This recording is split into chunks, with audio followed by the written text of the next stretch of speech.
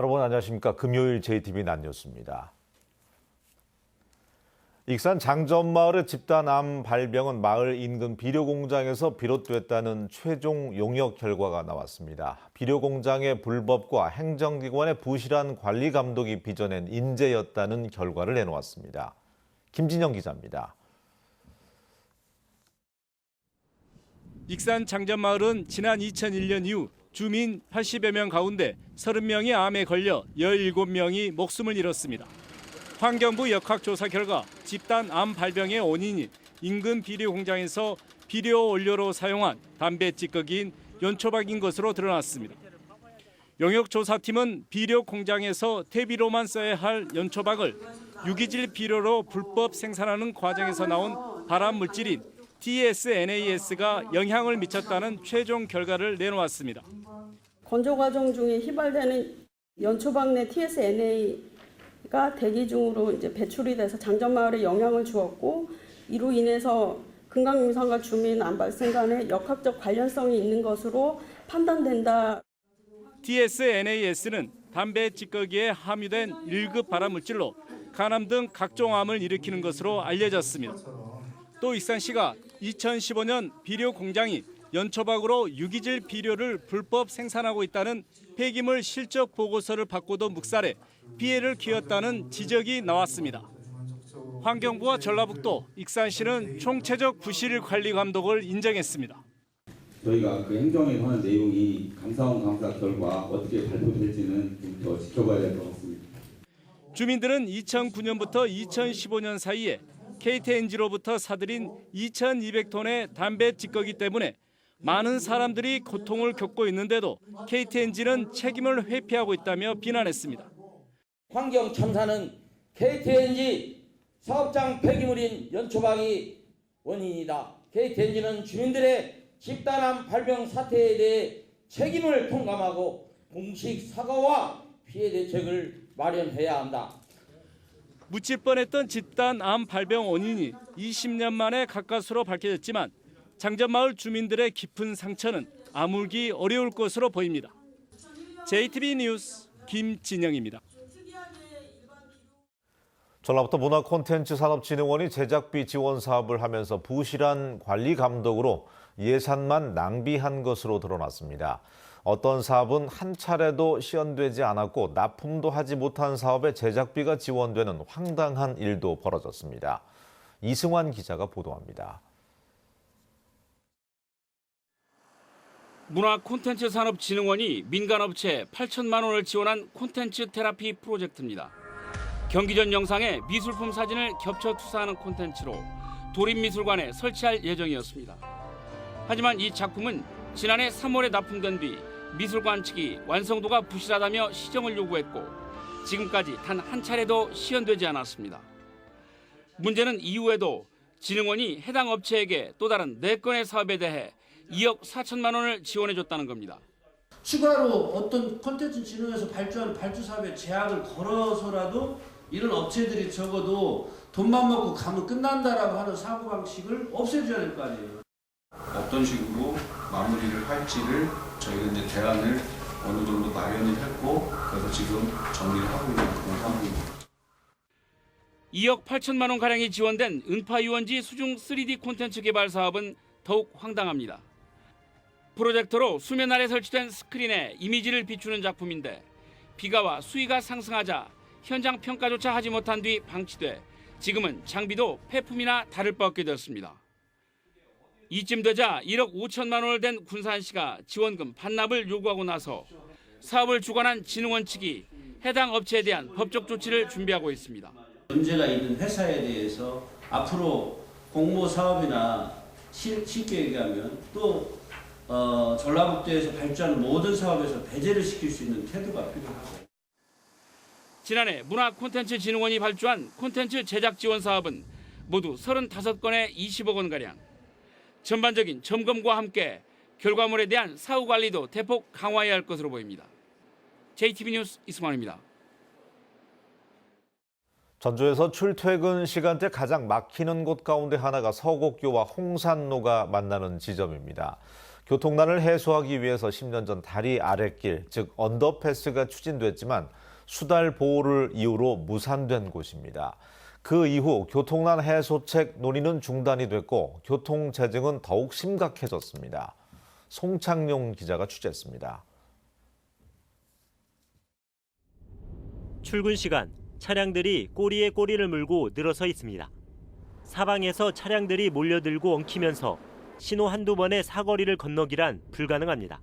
많이 밀려요. 많이 밀리고 신호를 한 3번, 4번도 왔거든요. 그렇게 비 올 때 주말, 금요일, 지난 2010년 전주시는 교통체증을 해소하겠다며 홍산교와 서곡교에 다리 아랫길, 언더패스 개설을 추진했습니다. 길이 900m에 폭 3.5m 규모로 예상 사업비는 15억 원이었습니다. 하지만 삼천에 사는 수달을 보호해야 한다는 환경단체 등의 여론에 밀려 사업은 무산됐습니다. 문제는 그 이후 아무런 대책이 세워지지 않고 있다는 점입니다. 서부 신시가지와 하가지구, 에코시티가 잇따라 개발되면서 10년 전보다 교통량이 크게 늘었지만 도로는 그대로입니다. 교통량 해소를 위한 노력을 안 했다는 것은 어떻게 보면 행정이 방관했다는 거예요. 물론 아직도 언더패스를 반대하는 목소리가 있습니다. 언더패스를 하면은 차량 통행은 좋을런지 모르지만 이 변연사상 사람들이 왔다 갔다 하는 통로는 불편이 와요. 그러나 전주에서 교통난이 가장 심각한 지역을 언제까지 그대로 놔둘지 이제는 찬반 주장을 아우르는 교통대책을 서둘러 마련해야 한다는 목소리가 설득력을 얻고 있습니다. JTB 뉴스 송창용입니다. 어제 전북에서도 61개 고사장에서 수능 시험이 큰 사고 없이 치러졌습니다. 수험생과 학부모들 다소 홀가분한 마음일 텐데요. 권대성 기자가 전합니다. 3년의 노력을 쏟아부은 수험생들이 시험장을 나섭니다. 발걸음은 그 어느 때보다 가볍고 얼굴은 밝아 보입니다. 결과를 떠나 최선을 다했고 이제 끝이라는 마음에 후련합니다. 힘들었는데 과정이 그래도 시험 끝나서 너무 홀가분하고 좋은 것 같아요. 결과도 중요하지만 그래도 끝났다는 게 너무 좋고 해방돼서 기쁘고 미용실 가서 파마도 하고 싶어요. 함께 마음 졸인 학부모들도 수험생들을 안아주면서 모처럼 편안한 마음입니다. 제가 애기를 길렀어요, 애기를. 그런데 벌써 그냥 이렇게 마지막 시험이고 아주 그냥 그렇기 때문에 뿌듯하고 감회가 새롭습니다. 마음 후련하기도 네, 하시고. 후련하고 가볍기도 하고. 시험 과정에서 큰 사고는 없었습니다. 다만 착각으로 다른 시험장에 가거나 시험장에서 턱을 다친 수험생 3명이 있었는데 무사히 시험을 마쳤습니다. 뒤늦게 노트북을 내거나 시험 시간이 끝나고 답안지를 작성한 수험생들이 부정행위로 처리됐습니다.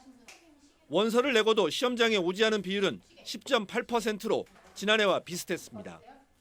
시험 난이도는 지난해 수능과 지난 9월 모의평가와 비슷하거나 조금 쉬웠다는 게 대체적인 분석입니다. 수험생들은 가채점 결과를 바탕으로 수시 대학별 고사나 정시 지원 전략을 세우는 게 필요합니다. 잘 봤으면 상향 지원을 할 수도 있고요. 점수가 낮게 나온 아이들은 자기의 점수에 맞춰서 가는 것보다 평소에 꿈꾸고 진로에 희망했던 그런 분야를 학과를 잘 찾아서 가야 돼요. 한국교육과정평가원은 다음 주 월요일까지 이의 신청을 거쳐 오는 25일 정답을 확정한 뒤 다음 달 4일 성적을 통보합니다. JTB 뉴스 권대성입니다. 천연 동굴 사이에 지어진 아름다운 누각인 지난해 수선누가 국가지정문화재 보물로 지정 예고됐습니다. 새마을운동 남원시 지회가 직접 기른 배추로 김장을 담가서 소외된 이웃들에게 전달했습니다.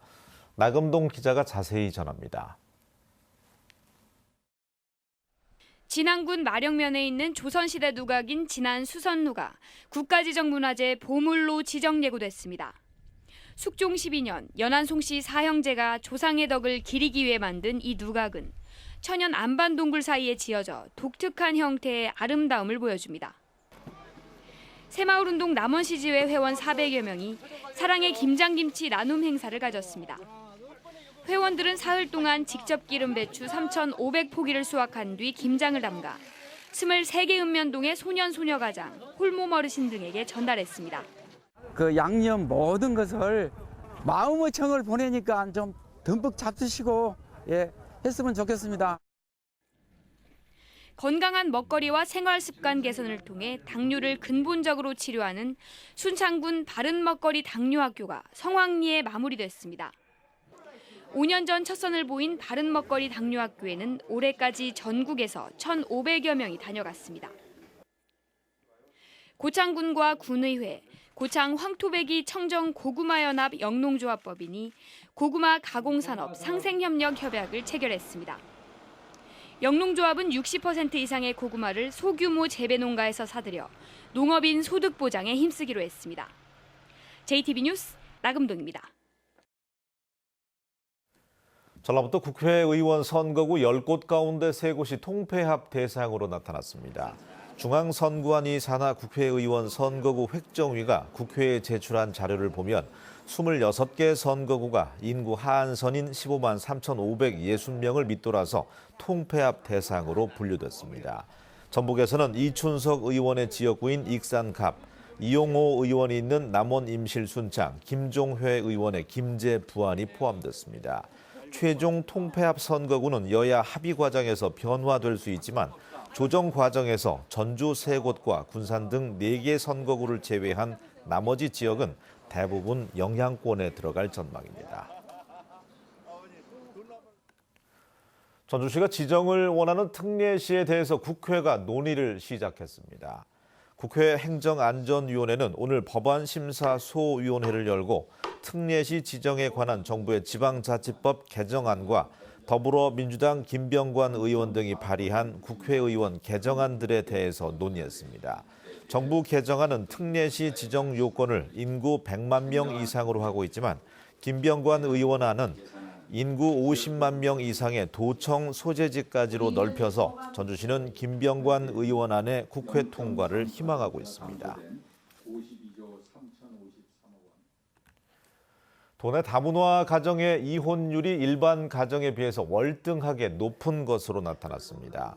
도의회 두세훈 의원에 따르면 도내 다문화 가정의 이혼율은 3.7%로 일반 가정의 0.5%보다 7배 이상이 높고 전국 17개 시도 가운데에서도 4번째를 기록하고 있습니다.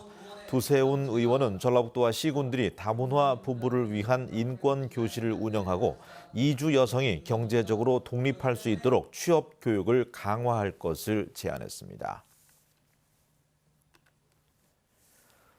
귀농귀촌 사업에 최근 6년 동안 500억 원 이상을 투입했지만 실제 귀농귀촌 인구는 갈수록 줄어들고 있습니다. 도의회 오평근 의원은 2016년 16,900여 세대였던 귀농귀촌 가구가 2017년에는 16,400여 세대, 지난해에는 15,900여 세대로 감소해서 전국의 4.7% 수준에 머물렀다고 밝혔습니다. 오 의원은 농촌 소멸 위기가 갈수록 커지고 있는 만큼 귀농귀촌 정착지원 목표 관리제를 도입하고 관련 신규 사업을 적극 발굴해서 사업의 실효성을 높여야 한다고 강조했습니다. AI 발생 위험이 높은 시기를 맞이해서 전라북도가 군경의 지원을 받아 AI 방역 활동을 강화하고 있습니다. 전라북도에 따르면 35사단은 제독 차량 2대를 동원해서 매주 2차례씩 만경강 철새 도래지를 집중 소독하고 있고 경찰은 거점 소독시설 34곳에서 차량 통제를 지원하고 있습니다.